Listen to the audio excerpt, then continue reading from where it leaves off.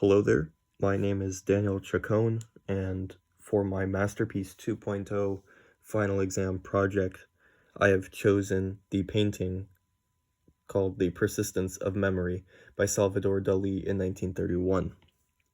Salvador Dali was a Spanish artist that was known worldwide in high regard because of his surrealist work, along with his very interesting and, as some put it, flamboyant personality.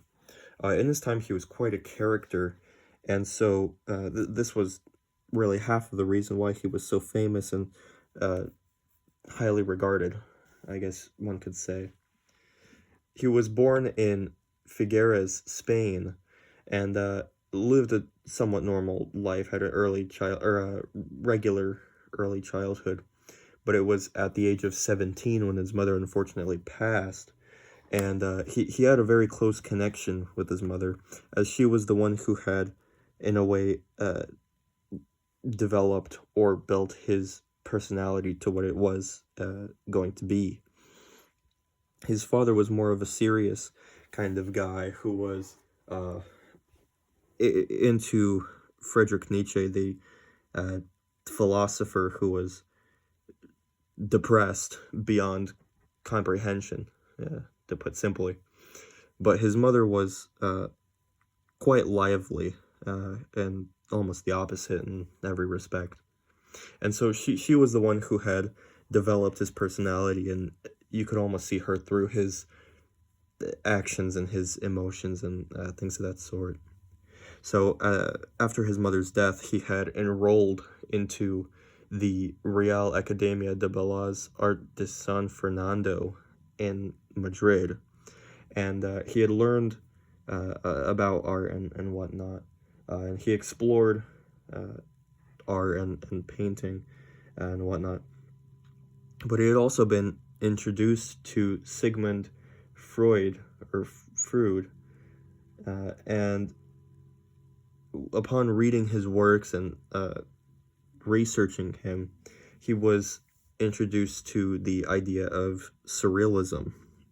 And so surrealism was this art style that was developed by Andre Breton in the 1920s, uh, and it really kicked off in France and Belgium, where artists would explore or use the uninterrupted and almost unconscious mind, and they would use this and express themselves through it.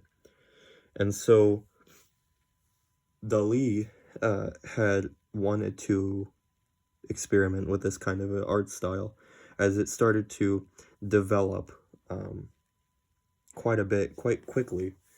And so as he started to experiment with this, he wanted to, in a way, force himself to get into this unconscious state,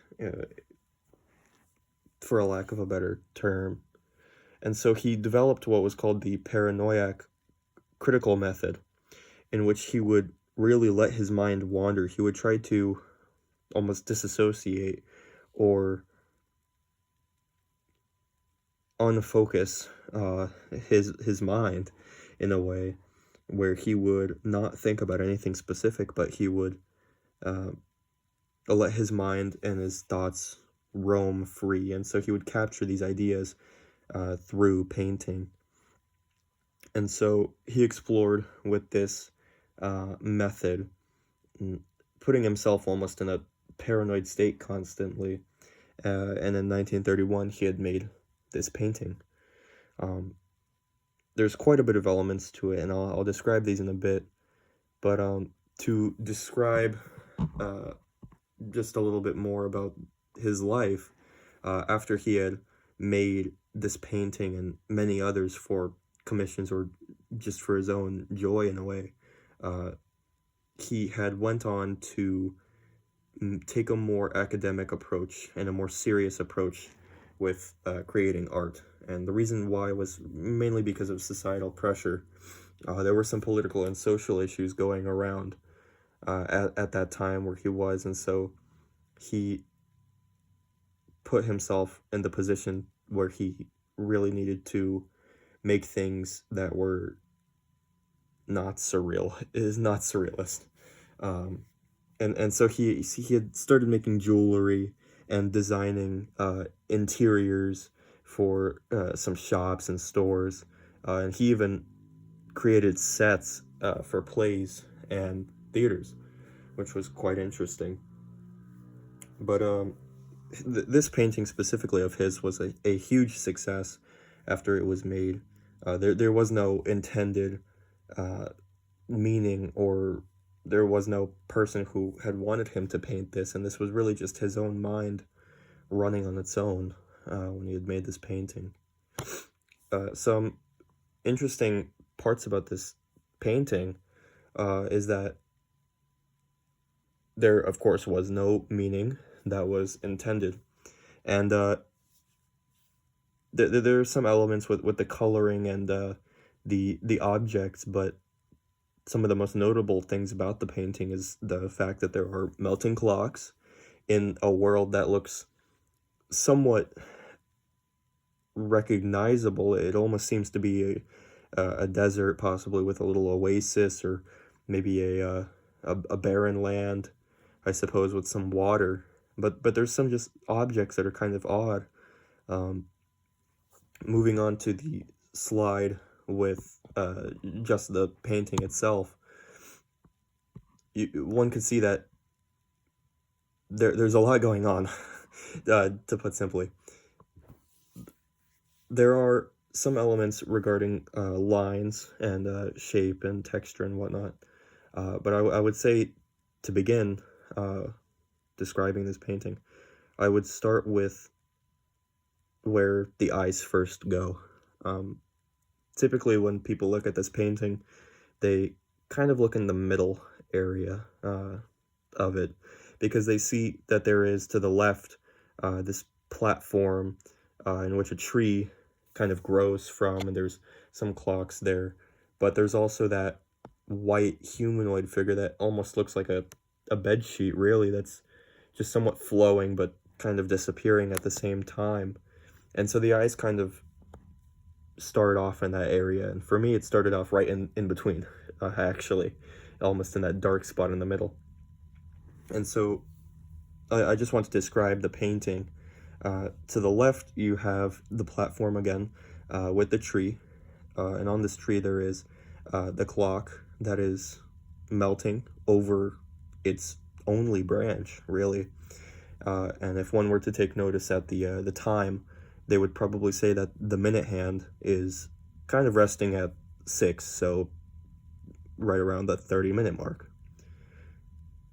If one looks somewhat lower, they'll see the platform itself, and they'll see the gold watch or stopwatch or clock that is also melting over the edge of the platform.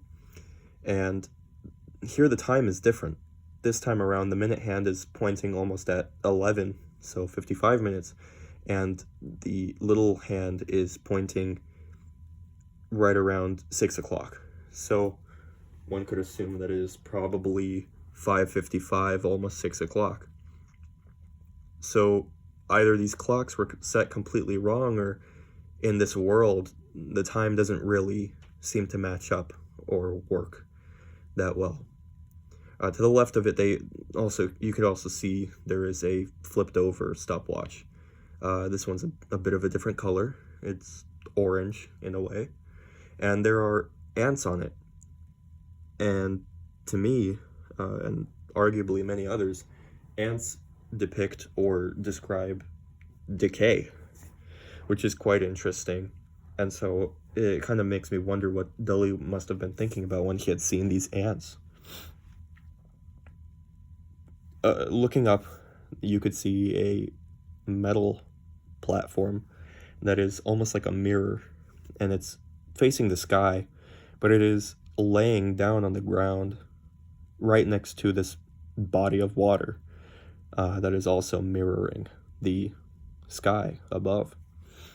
And I would say that when taking into account the lines and the structure of the painting in the bottom left corner where that platform is, you could say that the lines almost direct your eyes where to go. So if you start at the bottom left, you could see with the line the corner of this platform and the other platform in the back, and then the water with the branch. It almost seems that your eyes would move in a clockwise direction. And so going in a clockwise direction, we can go from the water to the little canyon-looking mountain or hill that's up on the top right corner. Some of it reflects into the water, and some parts of it are illumined just a little bit more than others, just because of the way the sunlight happens to hit it. I would say take into account the sunset, or possibly the sunrise, the colors in the sky. At the very top, it's blue, and in the bottom, it's a yellowish color. And I would say that this is most likely leading up into the evening, when the sky directly above gets a little bit darker as the sun starts to set in a way, creating that effect where right on the horizon the colors are a bit warmer, and up in the air they're a little cooler. So continuing to move downward, one could see, of course, the brown sand or ground that kind of darkens as it gets closer to the viewer, but then they see this humanoid looking figure. And I say humanoid because, first off, the color is not that far off from some skin tones that I've seen before, right? And there are some human features on this thing. There is what looks to be a nose on the bottom of it, and right by it there seems to be a closed eye, but it's quite large and has these very thick eyelashes on it. But right above it there seems to be this wrinkle, or maybe this eyebrow. And so one could say that this is probably a face that is sleeping, or some human in a way that is asleep, and is almost tucked in by another clock. This clock that lays on top of it is almost like a small blanket in a way. And again, the time is different compared to the other clocks. So I would argue that due to this, this is most likely some dream world in which time does not really flow the way one would expect, or flow at all. I would say that time does flow regardless of whether we want it or not. And so as many times as we could change the clock and say, oh no, it's this time instead of this time, I would say that it doesn't really matter what we do, because the time will continue to move. And so anyways, you could see that this little figure kind of lays on top of some rocks, and so you can see these rocks adding depth to the figure, and it folds or kind of wrinkles on it, almost as if one were to lay down a sheet or a piece of cloth on the ground in the desert. But as you move farther to the right side of it, you could see that it almost dissipates in the wind, like dust, or maybe not the wind, but in the ground, which is quite interesting. So clearly, this painting is not, or this painting is depicting something that is not real or on this planet in a way. You could easily see what is going on, but and recognize some things and relate to some things, but ultimately this is not the real world. This is not a objective painting. This is more of a subjective one, where the meaning is really up to the viewer. And in my eyes, for this painting, I would say that as Dali had made it, he in a way subconsciously made his own meaning, and even though he didn't intend or have the goal to do so, I would say that he describes not only his mindset, but also the mindset of the world. 13 years prior to this painting, the First World War had ended, and of course there were some economical setbacks because of this, and so I would say that the world was not really in the most joyous of places. And so one could see this And I would say that he depicts this by the ants.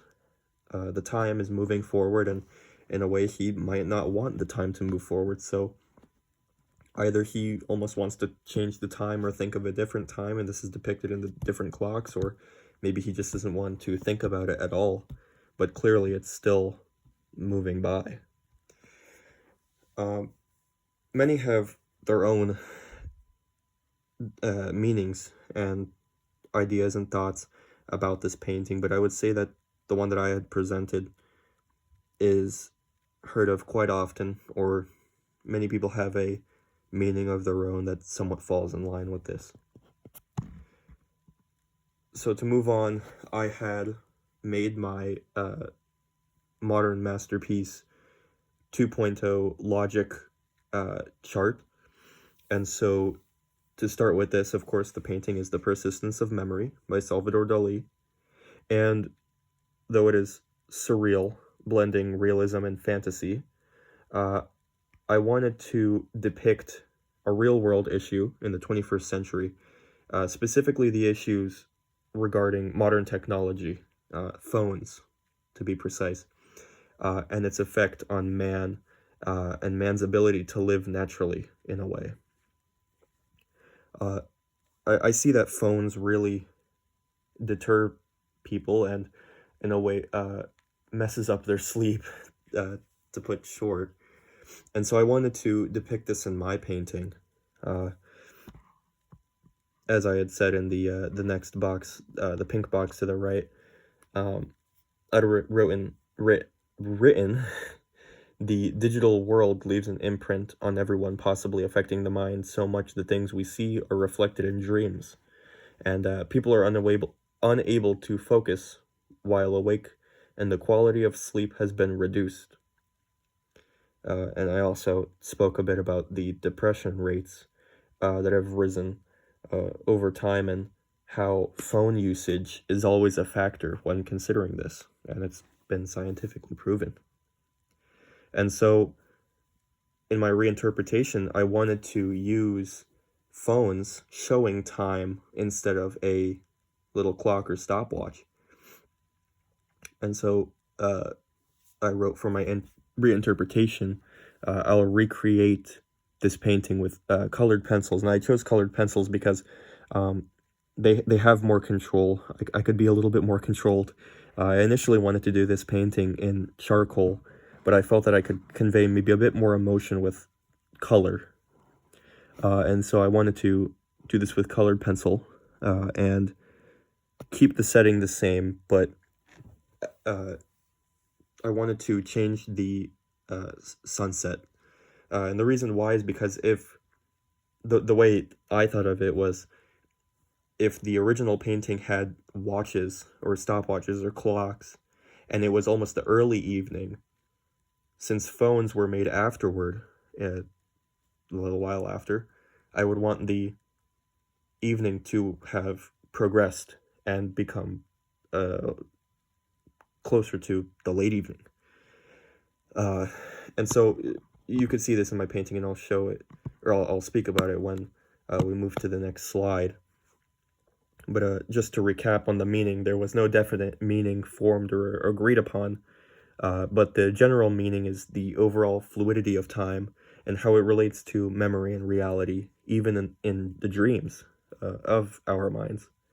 And it could be a reflection on how time moves when distracted or when people are not thinking about it. And I had written in the quote, self-reflection and finding oneself in time and space. So to move on to the next slide, we can see my reinterpretation. And so I, of course, had kept the scenery the same, with the humanoid figure in the middle. And I have a little phone that's reading 10:14, just a time that I had chosen, laying on top of it, similar to that clock that was in the original. And moving to the left, I have the same platform with a phone, this time around, that is warped and melting over the edge of the platform. On the phone next to it, of course, there are still ants, and I kept the ants because I see that decay still occurs and it will not end, really. Uh, but I had changed one thing. In the original, there was a clock in the place of the yellow phone. And keep in mind that I did keep the colors the same. Uh, so for the orange clock, I put an orange phone. For the yellow clock, I put a yellow phone. And for the two silvers, I put two silver phones. But I had put right next to the phone a fly. And the reason why is because on the original painting, the fly was resting on the clock. And I wanted it to look as if the fly was moving on. And on the screen, I'd written, "Look at me," to show how the phone distracts us in a way. Though it is not the phone, it's us who distract ourselves. The phone is typically a factor in this. I had kept the tree the same and had put a new clock with a different time written on it to emphasize that time being somewhat distorted. And behind it, there's that metal platform, but this time, instead of a bluish color reflecting the sky, I made it a reddish color that reflects my sky that I had made, the darker sunset.